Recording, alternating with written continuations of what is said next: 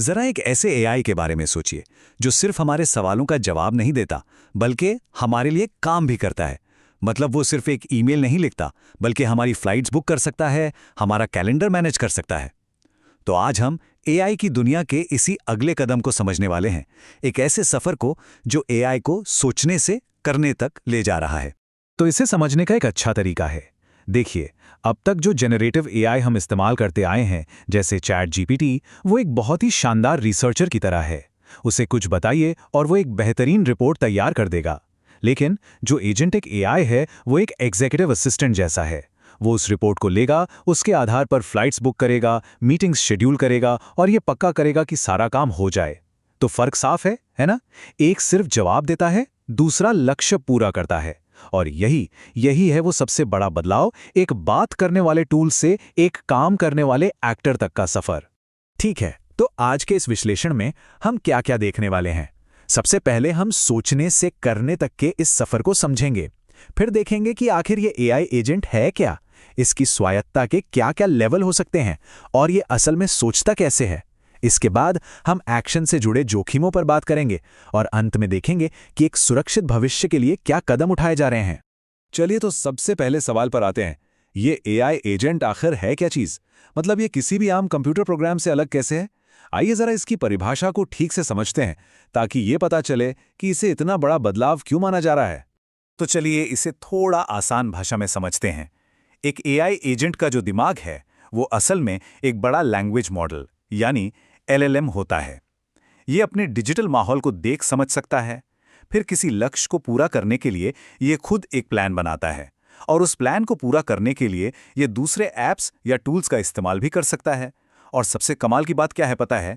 एक normal programme एक तय स्क्रिप्ट पर चलता है जो पहले से लिखी होती है, लेकिन एक एजेंट वो तो अपना स्क्रिप्ट खुद लिखता है, वो भी काम करते करते।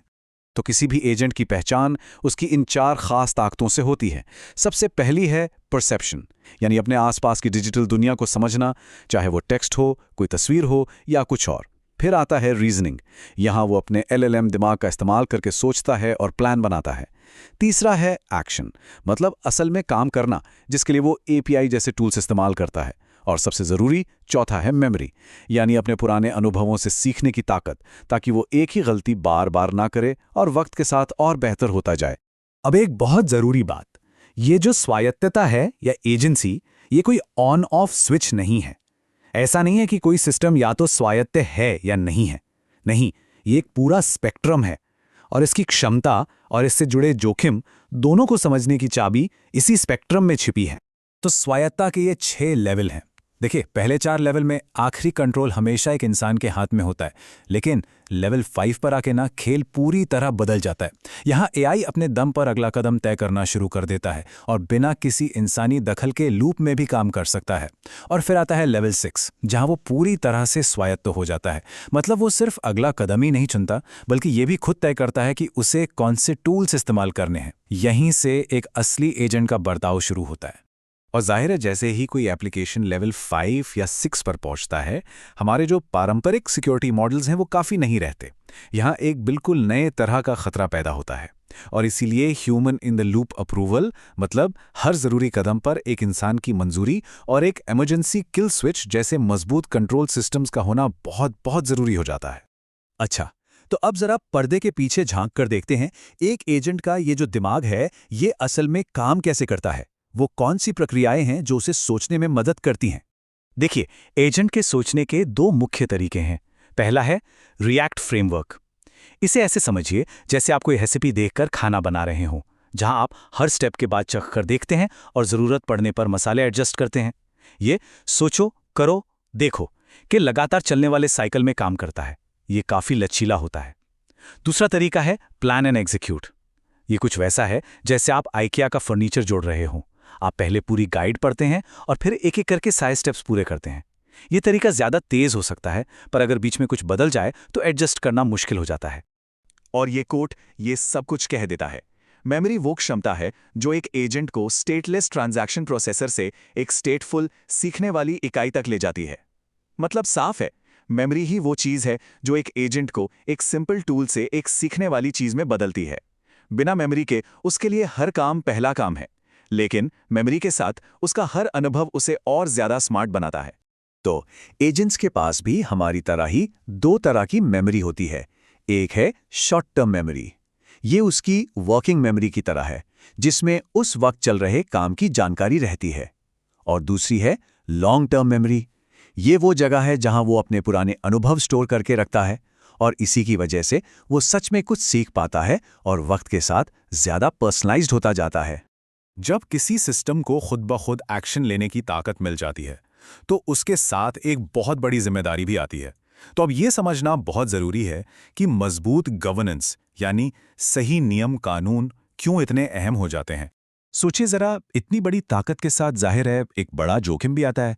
अगर एक एआई को हमारे ईमेल, हमारे फाइनेंशियल सिस्टम्स या हमारे डेटाबेस की चाबियां दे दी जाएं, तो क्या क्या गलत हो सकता है। इससे एक पूरी तरह से नई किस्म की सुरक्षा चुनौतियां पैदा होती हैं। इनमें से कुछ खास जोखिमों को देखते हैं। पहला है प्रॉम्प्ट इंजेक्शन। सोचिए कोई आपके असिस्टेंट के कान में गलत निर्देश फुसफुसाकर उसे धोखा दे दे। ये वैसा ही है। फिर है परमिशन क्रीप, जहां एक छोटी सी गलती से एजेंट को पूरे सिस्टम का एक्सेस मिल जाता है। तीसरा है अनअपेक्षित कार्रवाइयां, जहां अधूरे या गलत समझे गए निर्देश बहुत महंगी गलतियों का कारण बन सकते हैं। और आखिर में डेटा कंसंट्रेशन। एजेंट की सारी यादें एक ही जगह इकट्ठा हो जाती हैं, जो हैकर्स के लिए एक बहुत बड़ा खजाना बन सकता है।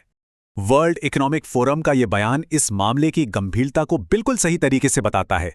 जब क्षमता गवर्नेंस से तेज गति से बढ़ती है, तो उपयोगकर्ताओं को स्पष्ट संस्थागत समर्थन के बिना जटिल जोखिमों के बीच तालमेल बिठाना पड़ता है। मतलब, जब टेक्नोलॉजी उसे काबू करने वाले नियमों से आगे निकल जाती है, तो जोखिम बहुत बढ़ जाता है।